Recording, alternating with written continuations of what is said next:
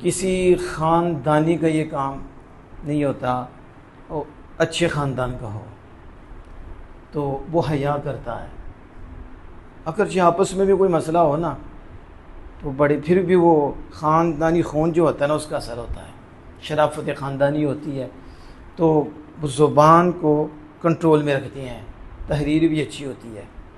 لیکن یہ جو تحریریں ہیں اس سے پتہ چل رہا ہے کہ خاندانی شرافت نہیں ہے، اور دوسرا کسی بدکار کے پاس بیٹھتے ہیں، صحبت بھی اچھے کی نہیں ہے، یعنی انہیں شرم ہی نہیں آتی کہ ہم کس ہستی کے متعلق بول رہے ہیں، کن کے متعلق بول رہے ہیں۔ اس دور میں نہ انہوں نے اصحاب رسول کو چھوڑا ہے، نہ آل رسول کو چھوڑا ہے، نہ ازواج رسول کو چھوڑا ہے۔ آپ کی تو کتابوں میں تھا نا، لیکن اب تو جنہیں سمجھیں کہ ہو سکتا ہے کہ غسل کا بھی صحیح طریقہ نہ آتا ہو، وہ بھی آل رسول پہ ڈسکس کر رہا ہے، اور وہ اصحاب رسول پہ ڈسکس کر رہا ہے، ازواج رسول پہ ڈسکس کر رہا ہے، اور پھر نعوذ باللہ من ذالک ایسے ایسے الفاظ استعمال کرتے ہیں کہ ہم آگے اسے بیان بھی نہیں کر سکتے۔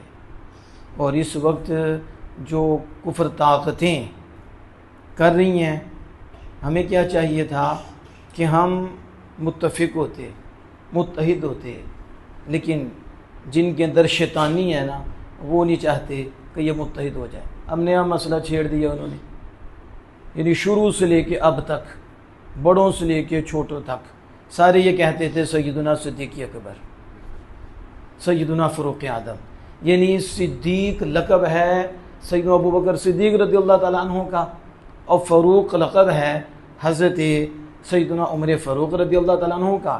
اگرچہ سارے صحابہ ہی عدل و انصاف والے تھے، عدل کرنے والے تھے، انصاف کرنے والے تھے، اور سیدنا صدیق اکبر خود انصاف کرنے والے ہیں، مولا مشکل کشا انصاف کرنے والے ہیں، یہ بھی سچے ہیں وہ بھی سچے ہیں، لیکن صدیق کا لقب زبان مصطفیٰ سے سیدنا صدیق اکبر کو ملا ہے۔ یہ آپ کے لیے لقب، آپ امت میں نیا ہی یہ شوشہ ڈال دیا ہے کہ حضرت علی شیر خدا بھی صدیق اکبر ہیں، اب نیا مسئلہ بنا دیا۔ یعنی کیا مسئلہ ہے آپ کو؟ کیوں نہیں لوگوں کو کچھ سیدھی راہ پہ چلنے دیتے؟ کیوں پریشان کرتے ہو؟ عوام کہاں جائے گی؟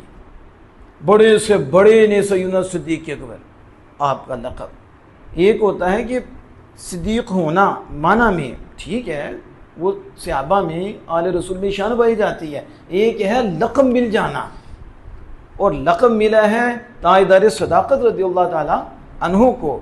تو آج سے پہلے ہم نے یہ گفتگو کہیں نہیں پڑھی، لیکن اب یہ گفتگو میڈیا پہ آ کر وجہ کیا ہے؟ وجہ غلو ہے، صرف غلو ہے۔ رسول اللہ صلی اللہ علیہ وسلم سے صحیح پیار ہو تو کبھی امت کو ایسے پریشان نہ کریں، اور کبھی بھی وہ فتنہ نہ ڈالیں کہ جس سے لوگ آپس میں ہی لڑ پڑیں اور اتحاد ٹوٹ پڑے اور دشمن کو فائدہ ہو۔ اب یہ میڈیا پہ شروع ہو گیا۔ سیدنا فاروق اعظم رضی اللہ تعالیٰ کے بارے میں نبی اکرم فخر دو عالم صلی اللہ علیہ وسلم نے فرمایا، لو کان بعدی نبی لکان عمر، اگر میرے بعد کوئی نبی ہوتا تو ضرور عمر ہوتے۔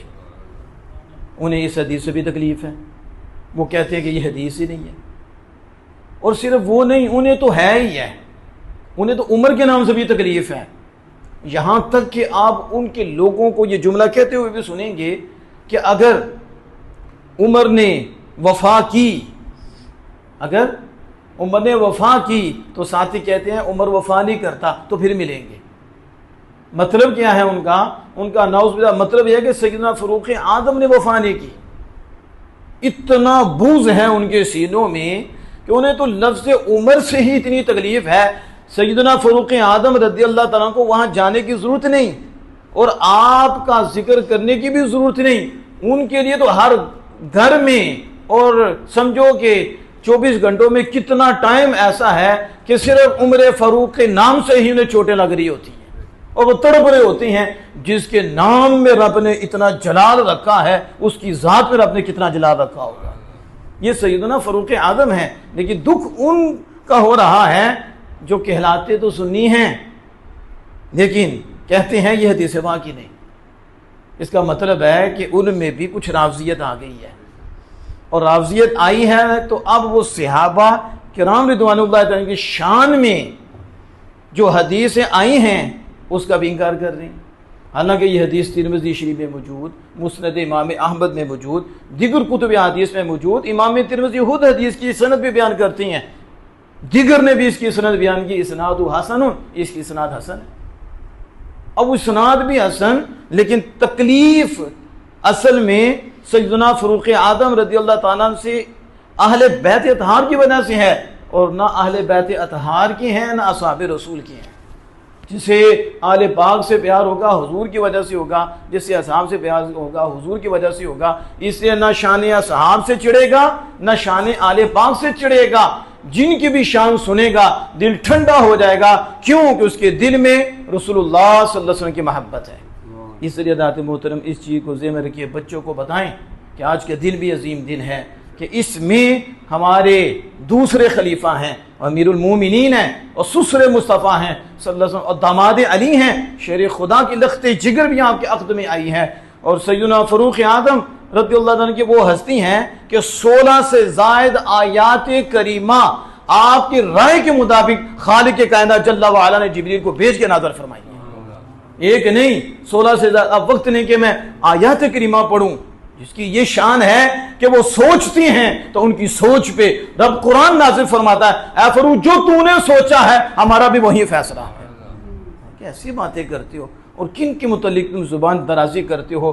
وہ اتنے پکیزہ لوگ تھے، ان کی آپس میں اتنی محبت تھی، اتنا پیار تھا، آل رسول سے انہیں زیادہ پیار تھا، کیونکہ وہ دیکھتے تھے کہ یہ حضور کی آل ہیں، یہ حضور کے رشتہ دار ہیں، اس وجہ سے وہ اپنے بیٹے سے بھی بڑھ کر ان سے پیار کرتے تھے۔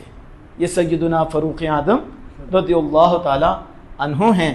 تو جو میں عرض کر رہا تھا، آج کے دن ہی نماز پڑھتے ہوئے آپ پہ وار ہوا، اور یہ وہ ہستی ہیں جو نماز کی حالت میں زخمی ہوئی ہیں۔ کس کی حالت میں؟ اور پھر آج کے دن شہادت انہیں حاصل کی ہے۔ تو اس لیے ان کا جب بھی نام لیں تو پاکیزہ الفاظ سے لیں، اپنے بچوں کو بھی بتائیں ہمیں سب سے پیار ہے، ہمیں سب سے محبت ہے۔ آخری بات کر کے بات مکمل کرتا ہوں۔ جبریل امین حضور سید عالم صلی اللہ علیہ وسلم کی بارگاہ میں حاضر ہوئے تو نبی اکرم صلی اللہ علیہ وسلم نے، اے میرے بھائی جبریل عمر کی شان بیان کرو۔ تو کہا یا رسول اللہ صلی اللہ علیہ وسلم، جتنی عمر حضرت نوح علیہ السلام کی ہے اتنی عمر تک جبریل فاروق اعظم کی خوبیاں، ان کے شان، ان کے مقامات اور ان کے مرتبے کو بیان کرے تو پھر بھی جبریل عمر کی شانیں بیان نہیں کر سکتا۔ اور یہ کون کہہ رہی ہیں؟ حضرت جبریل علیہ السلام حضور صلی اللہ علیہ وسلم کی بارگاہ میں حاضر ہو کر یہ عرض کر رہے ہیں، جس سے جبریل اتنا شان والا ہے وہ بیان نہیں کر سکتا، تو پھر کون ہے جو سیدنا فاروق اعظم رضی اللہ عنہ کی شانوں کو ناپ کر تول کر بیان کرے گا؟ اللہ جل وعلا سے دعا ہے کہ ہم سب کو عمل کی توفیق عطا فرمائے۔